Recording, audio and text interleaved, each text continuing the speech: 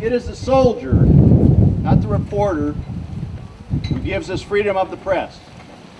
It is the Marine, not the poet, who gives us freedom of speech. It is the sailor, not the campus organizer, who gives us freedom to demonstrate. It is the airman, not the politician, who gives us freedom to vote.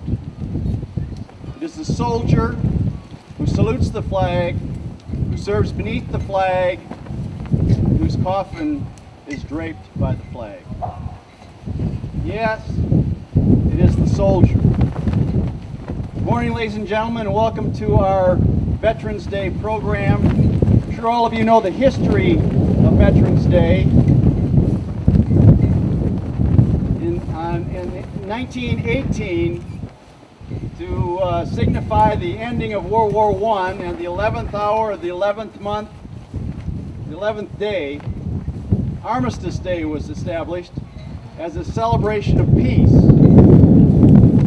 In the 50s, 1954, President Eisenhower signed a proclamation changing it from Armistice Day to Veterans Day, a day to celebrate veterans throughout our great country. We honor generations of men and women who believed in and fought for the ideals of our country, the founding principles of our wonderful nation, and the blessings of freedom that every single one of us enjoy today. We honor veterans, we honor soldiers, we honor individuals like Marine Corporal Jason Dunham, who, while leading a patrol in the Iraqi-Syrian border, was ambushed and during hand-to-hand combat first threw his Kevlar helmet on an enemy grenade and then his body in order to protect his fellow Marines. We honor Navy Corpsman Francis Hammond, who exposed himself to mortar and artillery fire for over 4 hours while supervising the treatment and rescue of fellow soldiers while fighting in the Korean Peninsula. We honor soldiers like Army First Class Gary Martin, who raced through an open field of rifle fire to pull a comrade not 40 yards from enemy lines back to the safety of his own lines during fighting in the Republic of South Vietnam. And Lieutenant Jack Mathis, who, while on a bombing raid over Germany in World War II, hit by enemy aircraft fire, shattered his right arm, having wounds to his stomach, still managed to fire his bombs on target.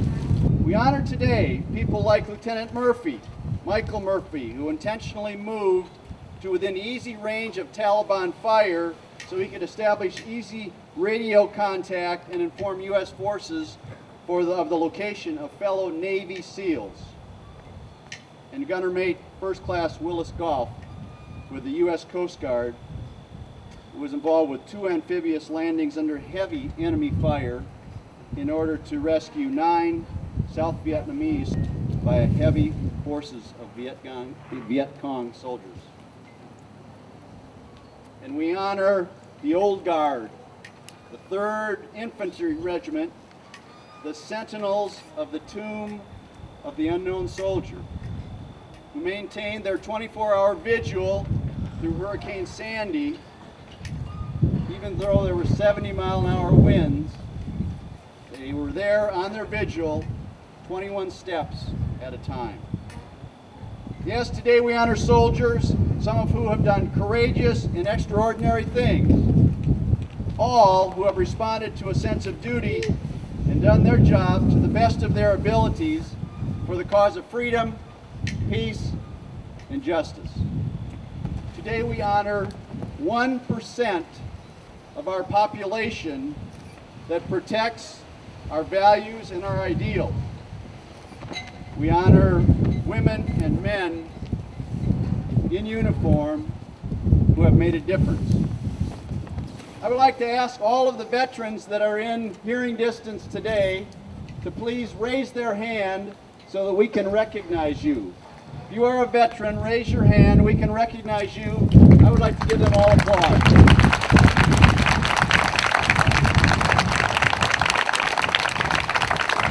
I would like to also recognize the families of veterans and the families of men and women who are in uniform protecting our country today. If you are a spouse, a parent, a grandparent of a veteran, or a spouse, a parent, a grandparent of an individual who is in uniform today, National Guard, reservists, active duty, would you please raise your hand so that we can recognize you for the commitment that you have made and the sacrifices that you have made.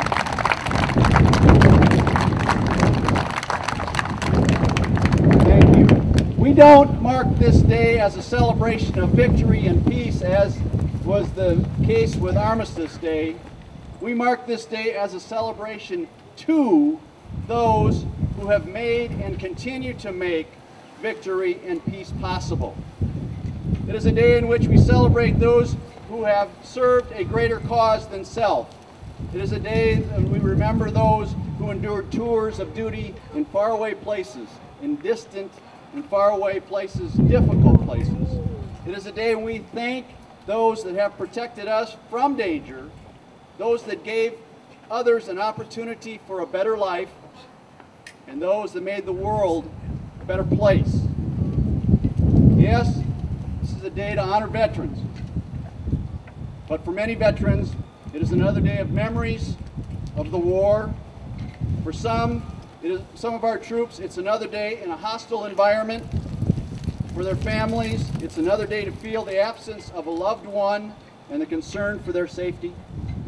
For our wounded warriors, it's another day of slow and sometimes arduous recovery. It is a day to remember those who paid the ultimate price, those individuals that are recognized in Honor Park behind us. It is a day to be thankful. One of the great things that I observed in my military career is the special environment that all branches of the military create.